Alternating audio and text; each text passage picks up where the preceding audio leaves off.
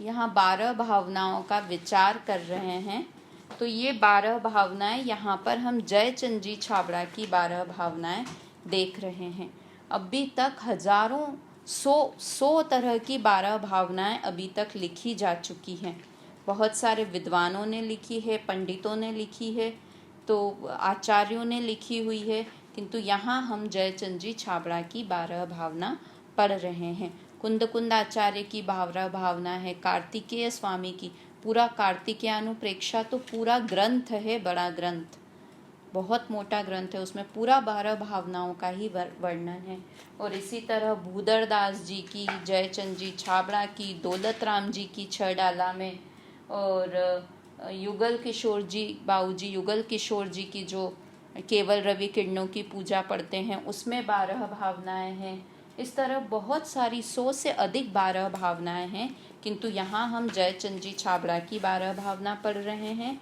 और ये 12 भावनाएं, जयचंद जी छाबड़ा कौन थे कि ये जयपुर के ही निवासी थे। जयपुर में बहुत विद्वान हुए हैं, अच्छे अच्छे विद्वान हुए हैं, और वो ये टोडरमल जी के भी समागम में कुछ समय के लिए जयपुर में रहे थे।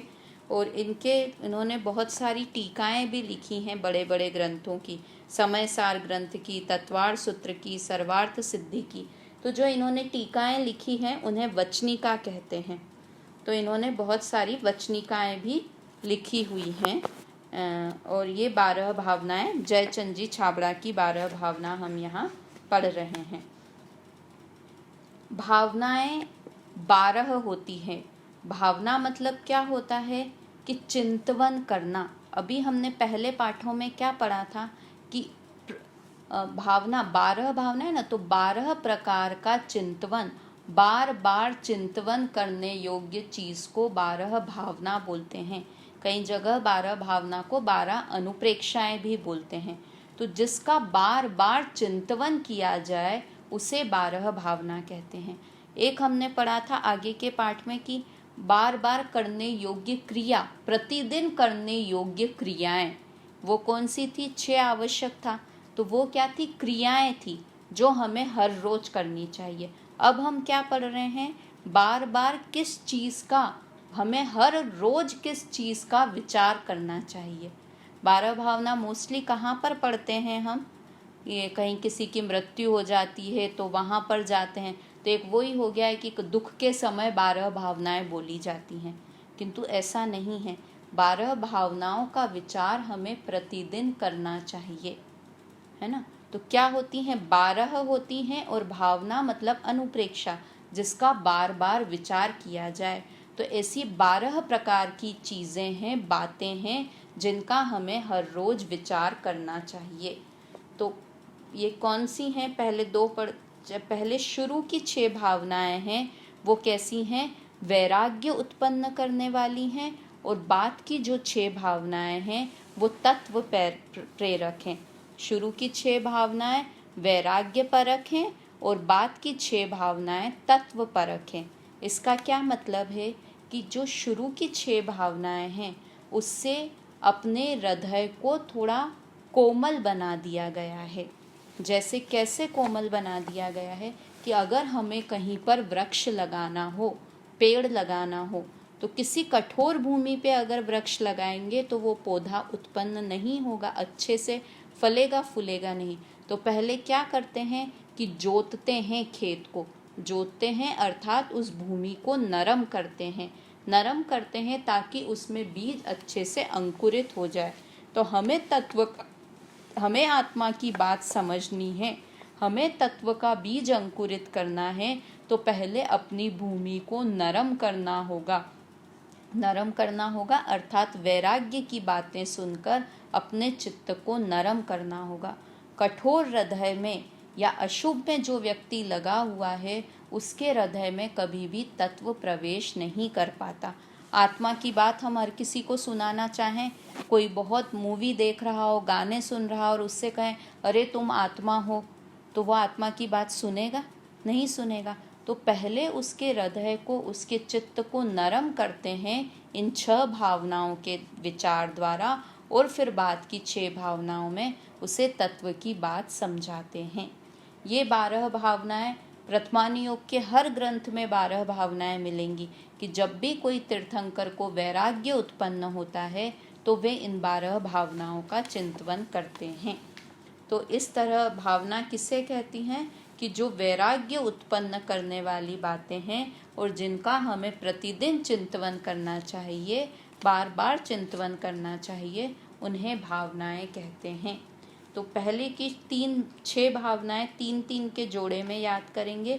अनित्य, अश्रण, संसार, एकत्व, अन्यत्व, अशुचि। पहली 3 कौन सी हैं?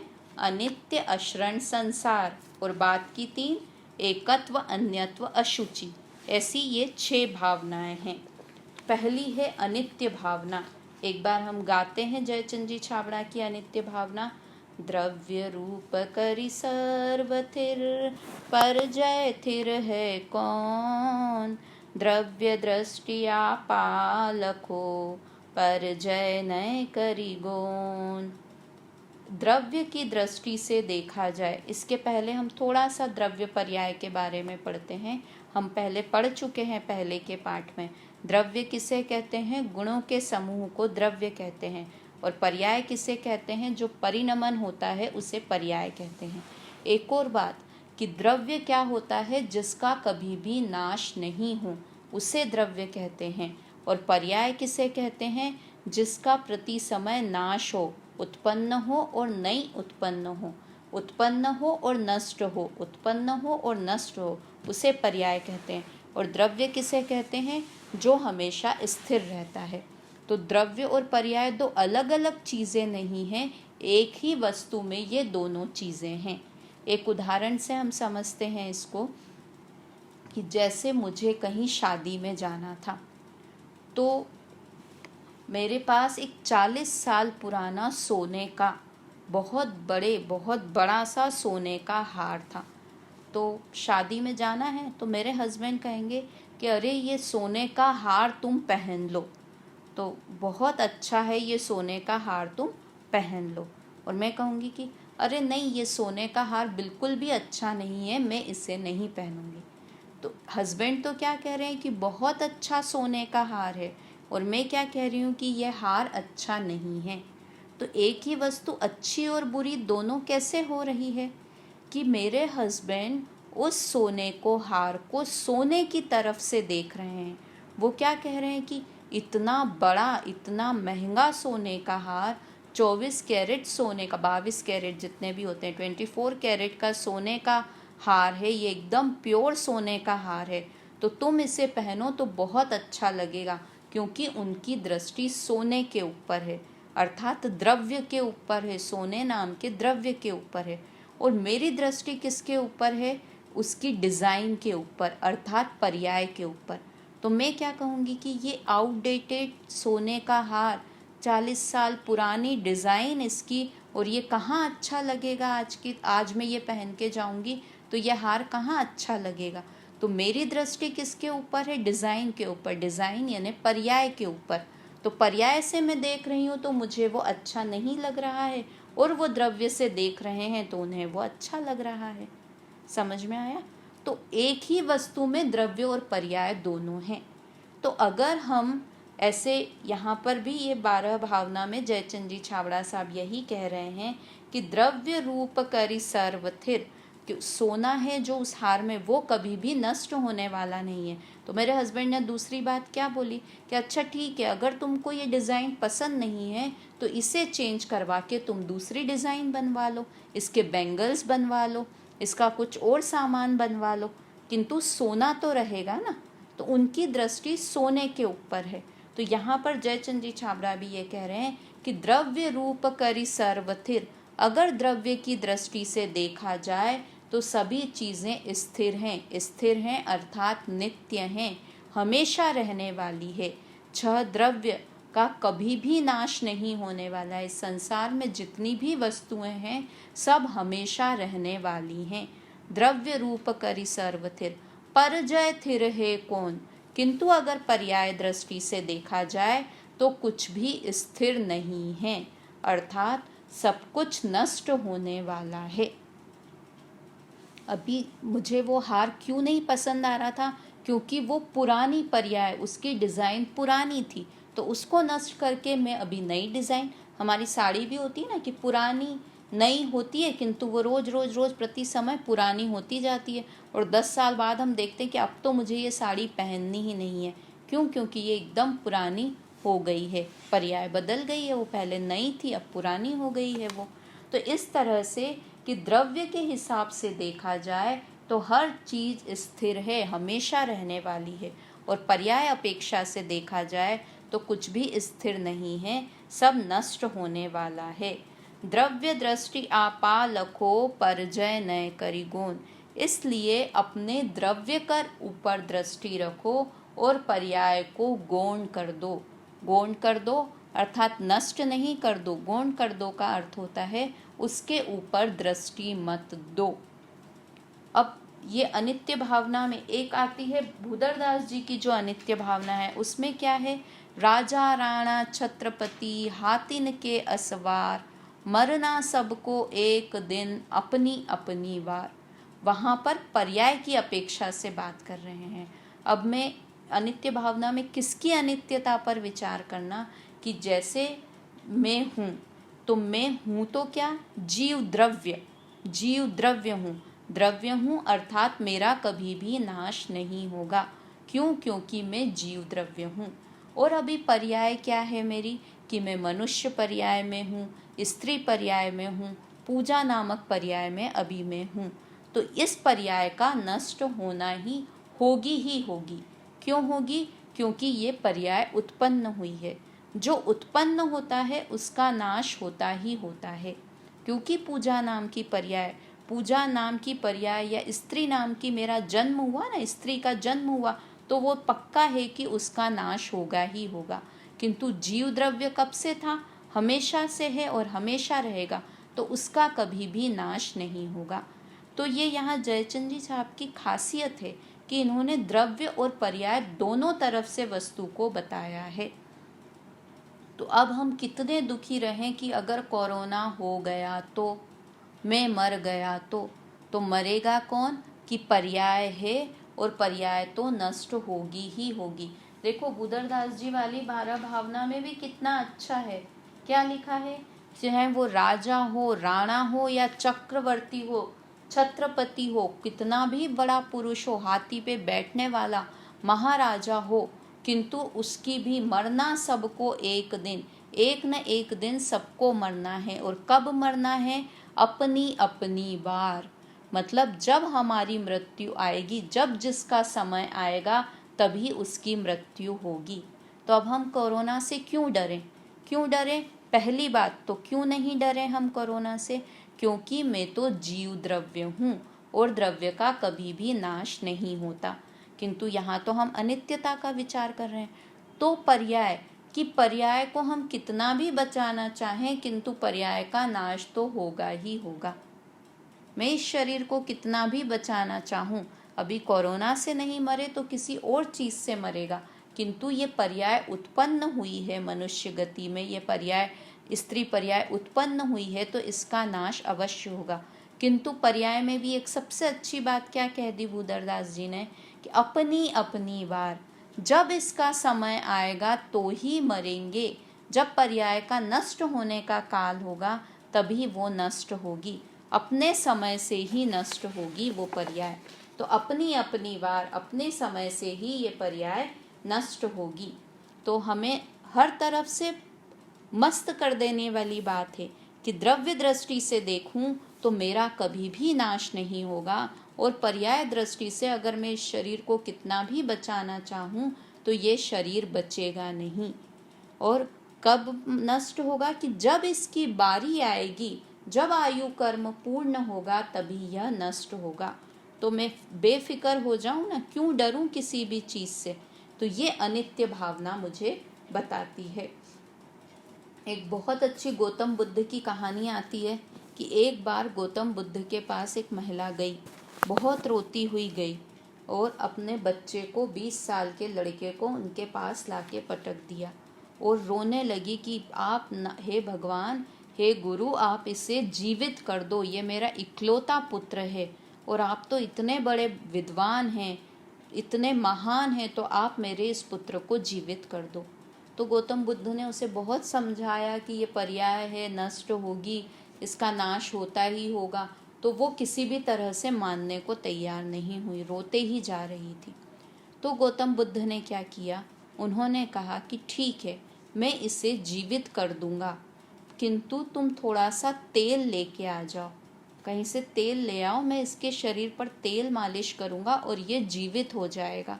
तो वो वृद्धा, वो बुढ़िया बड़ी खुश हो गई, वो जाने लगी। तो उन्होंने कहा किंतु रुको, तुम ऐसे घर से तेल लेके आना जहाँ पर कभी किसी की मृत्यु नहीं हुई हो, ऐसे घर से तुम तेल लेके आ जाना। तो वो बुढ़िया बहुत खुश हुई कि मेरा बेटा तो जीवित हो जाएगा, और वो भाग के पूरे शहर में चक्कर लगाने लगी। सुबह से शाम हो गई, उसने एक दरवाज़ा भी ऐसा नहीं था जो खटखटाया नहीं। वो हर दरवाज़ा खटखटाती और बोलती मुझे थोड़ा सा तेल दे दो, पर कहीं आपके घर किसी की मृत्यु तो नहीं हुई है।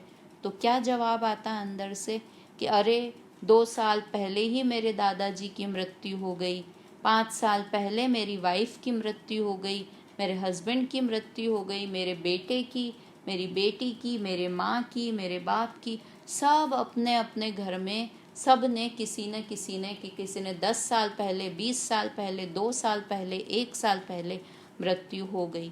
और वो बुढ़िया एट लास्ट खाली हाथ वापस से गौतम बुद्ध के पास आ गई। उसे अपना प्रश्न का जवाब मिल गया कि जब कोई भी घर में कोई राजा हो, छत्रपति हो, चक्रवर्ती हो, कोई भी ऐसा नहीं है जो मृत्यु से बचा हो, तो मेरा शरीर भी मृत्यु को प्राप्त होगा ही होगा। ये अनित्य भावना बताती है। तो अनित्य भावना बताती है तो डरना है अनित्य भावना पढ़कर, अनित्य भावना पढ़कर बेफिक्र होना है कि ये शरीर तो मैं कितना भी बचाने की कितनी अच्छी अच्छी चीज़ें कर लूँ, किंतु फिर भी ये शरीर नष्ट होगा ही होगा। दूसरी भावना है अशरण भावना। अशरण भावना पढ़ते हैं एक बार।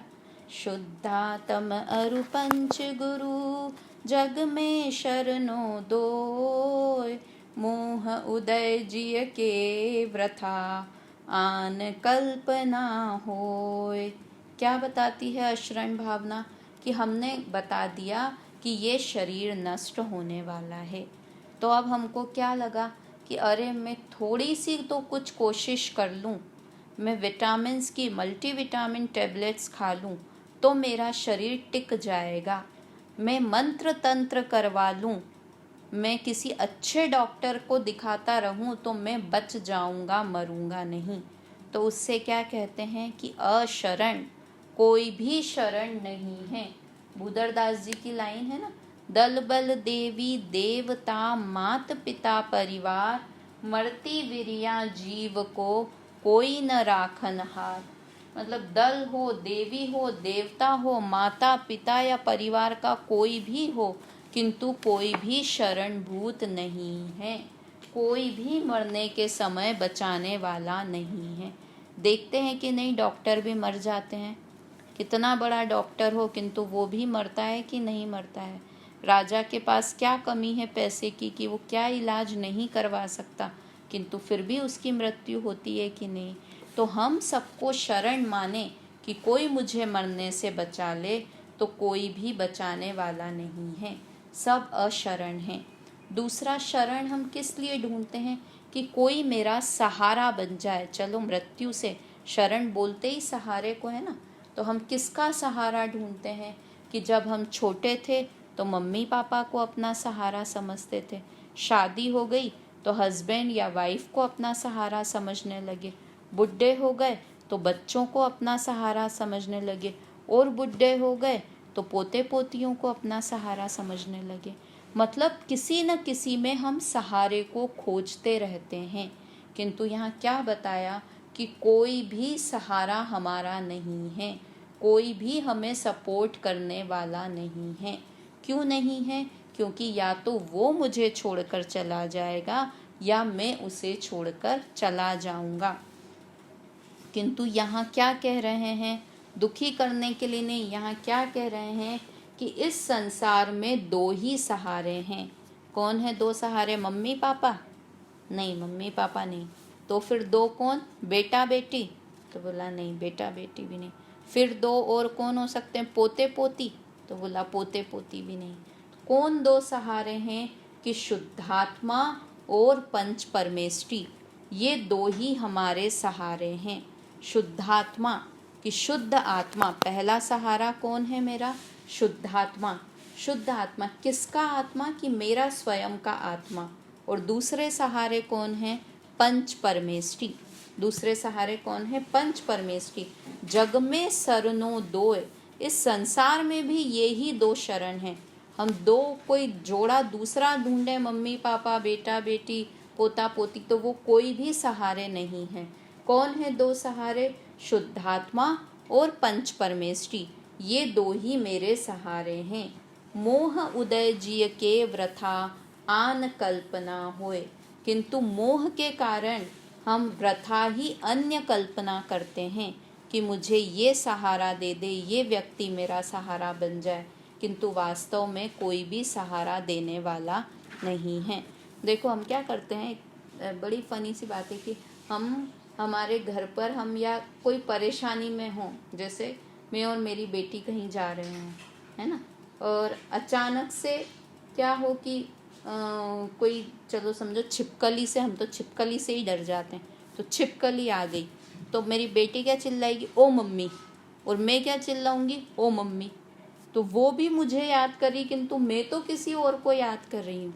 मैं खुद ही जब उस छिपकली से डर रही हूँ तो मैं उसे क्या सहारा दूंगी। अर्थात जब मेरी ही मृत्यु होने वाली है, जिस व्यक्ति को हम सहारा समझते हैं, जब वो खुद ही नष्ट होने वाला है, तो वो मुझे क्या सहारा देगा, है ना। कितनी एक नॉर्मल सी बात है कि जो स्वयं अशरण है वो किसी दूसरे को क्या शरण देगा, वो किसी दूसरे को क्या सहारा देगा। इसलिए यहाँ पर बताया है कि संसार में तो कोई भी शरण नहीं है। तो हम दुखी होके बैठ जाएं, तो बोला नहीं, दुखी होने की जरूरत नहीं है। इस संसार में जो हमारे परिवारजन हैं वो सब सहारा नहीं है, किंतु कौन है, एक शुद्धात्मा और एक पंच परमेष्टि, ये दो ही मुझे शरणभूत हैं। शुद्धात्मा अर्थात मेरी आत्मा तो कैसी है कि वो आत्मा हमेशा मेरे साथ है, कभी भी मेरा साथ छोड़ने वाली नहीं है। और दूसरे सहारे कौन है, पंच परमेष्टि ही सहारे हैं। क्यों सहारे हैं, क्योंकि वे मुझे सुख का मार्ग बताएंगे, इसलिए वो मेरे लिए सहारे हैं। होता है कि नहीं, हम बहुत ज़्यादा दुखी परेशान हों तो कौन सहारा दे देगा। हम अपने हस्बैंड के पास जाके बोलें, बच्चों के पास जाके बोलें, माँ बाप के पास जाके बोलें, कौन सहारा देगा। किंतु अगर हम पंच परमेष्टि की शरण में चले जाएं, भगवान के पास जाके थोड़ी देर शांत मुद्रा से शांत चित्त होकर उनकी शांत मुद्रा को देखें, तो अपने आप हमारे परिणामों में शांति आती है। तो इस तरह से इस संसार में अन्य कोई सहारा नहीं है, किंतु पंच परमेष्टि और शुद्धात्मा, ये दो ही शरणभूत हैं। तीसरी भावना, संसार भावना।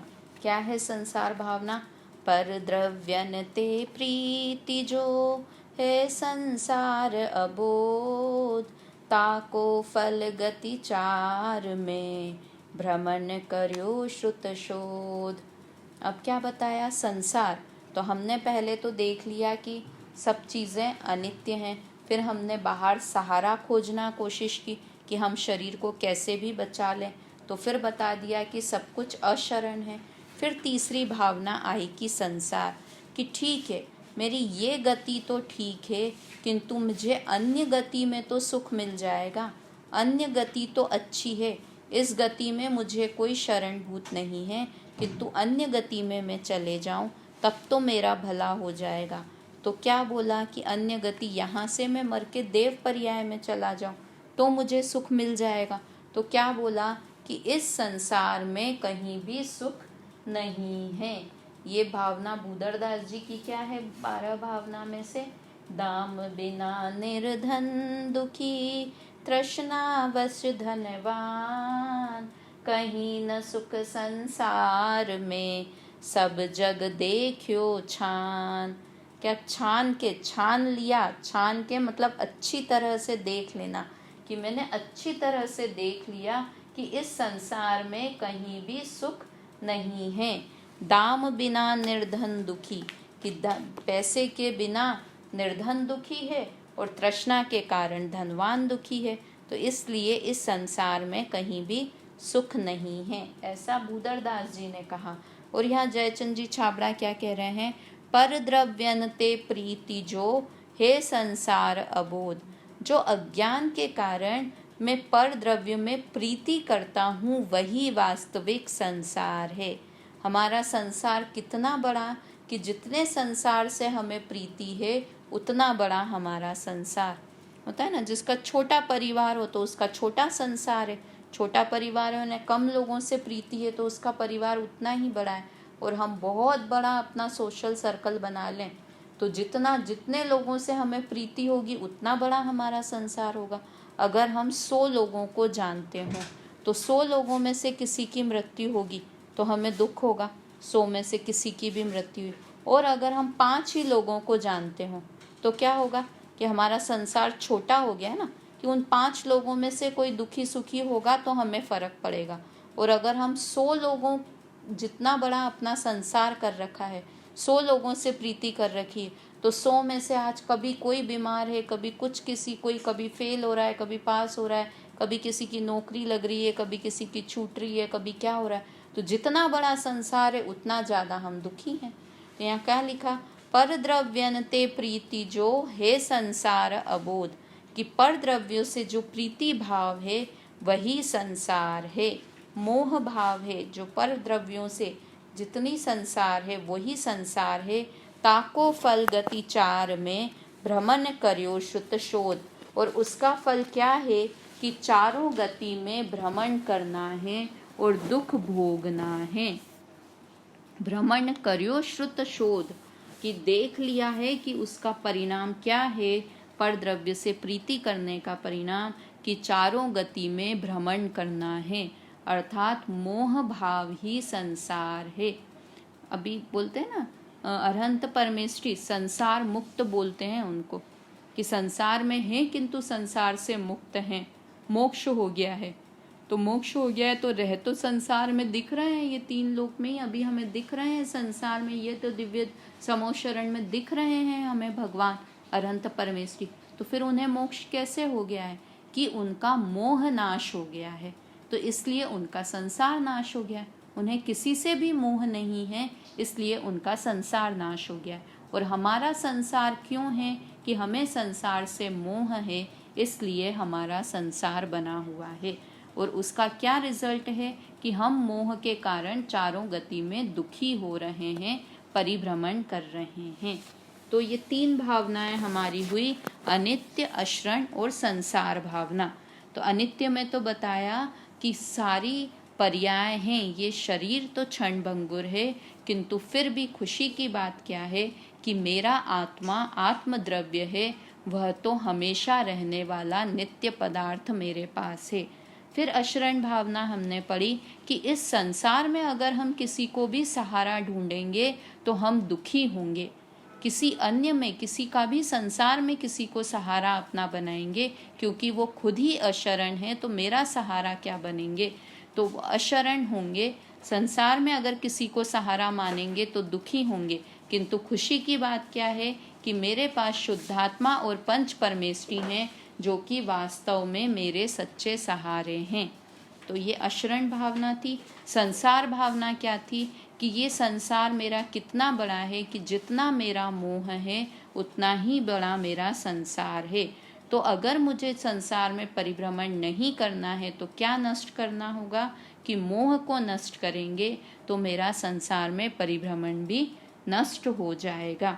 इस तरह ये संसार भावना हुई।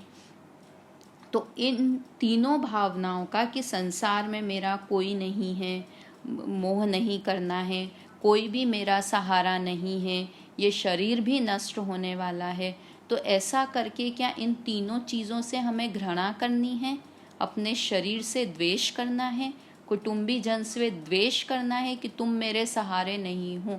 अपने हस्बैंड को जाके बोल दें, अपने मम्मी पापा को जाके बोल दें कि आप कोई मेरे सहारे बहारे नहीं हो। आप मुझे कोई सहायता देने वाले नहीं हो, आज मैंने पाठशाला में पढ़ लिया है। तो ऐसा पढ़ने का इसका ऐसा मतलब है, इसका ऐसा मतलब है कि वो नहीं है तो उनसे हमें मोह छोड़ना है। देखो, हम किसी से आशा रखेंगे और फिर वो आशा पूरी नहीं होगी तो हम बहुत दुखी होंगे। और वो कह भी दें कि मैं तुम्हारे साथ हूँ, हमारे माँ बाप कह भी दें कि हम हमेशा तुम्हारे साथ हैं, तुम्हारे सहारे हैं, किंतु उनके हाथ में हैं, क्योंकि उनकी पर्याय तो स्वयं ही अनित्य है। उनके हाथ में कहाँ है जो वो मेरे सहारे बनेंगे। तो उनसे द्वेष नहीं करना है, किंतु उनसे मोह भी नहीं रखना है। द्वेष करने के लिए बात नहीं है, किंतु यहाँ पर वस्तु स्थिति बताई जा रही है कि ये शरीर को मैं कितना भी टिकाना चाहूँ तो मेरा वह शरीर टिकेगा नहीं। मैं किसी को भी शरीर को टिकाने के लिए किसी के भी सहारा ढूंढने जाऊं तो कोई सहारा देगा नहीं, और इस संसार में कोई भी मुझे प्रीति करने योग्य नहीं है। जितना मैं मोह करूँगा उतना ही मेरा संसार बढ़ेगा और उतना ही मैं दुखी रहूँगा। अब कल हम चर्चा करेंगे एकत्व, अन्यत्व और अशुचि भावना की। एक बार ये तीनों भावनाएं एक बार हम साथ में बोल लेते हैं। द्रव्य रूप करि सर्वथिर, पर जय थिर है कौन। द्रव्य दृष्टि आपालखो, पर जय नय करि गोन। अशरण भावना। शुद्धातम अरु पंच गुरु, जग में सरनो दोय। मोह उदय जिय के व्रथा, आन कल्पना होय। संसार भावना। पर द्रव्यन ते प्रीति जो, है संसार अबोध। ताको फल गति चार में, भ्रमण कर्यो श्रुत शोध। कौन सी 6 भावनाएं हैं जो वैराग्य परक है? अभी हमने नाम याद किए। अनित्य, अश्रण, संसार, ये 3 की हमारी बात हुई। और 3 कौन सी हैं? एकत्व, अन्यत्व, अशुचि। वापस से, अनित्य, अश्रण, संसार, एकत्व, अन्यत्व, अशुचि, ये 6 भावनाएं वैराग्य परक हैं। और बात की 6 भावनाओं के नाम क्या है? आश्रव, संवर, निर्जरा। आश्रव, संवर, निर्जरा, लोक, बोधि, दुर्लभ और धर्म। ये 3 तो हम 7 तत्व में नाम पढ़ के आए थे ना। आश्रव, संवर, निर्जरा, फिर 3 बात की कौन सी हैं? लोक, बोधि, दुर्लभ और धर्म भावना। इस तरह से हमारी ये 12 भावना की बात हुई। आगे की चर्चा हम कल करेंगे।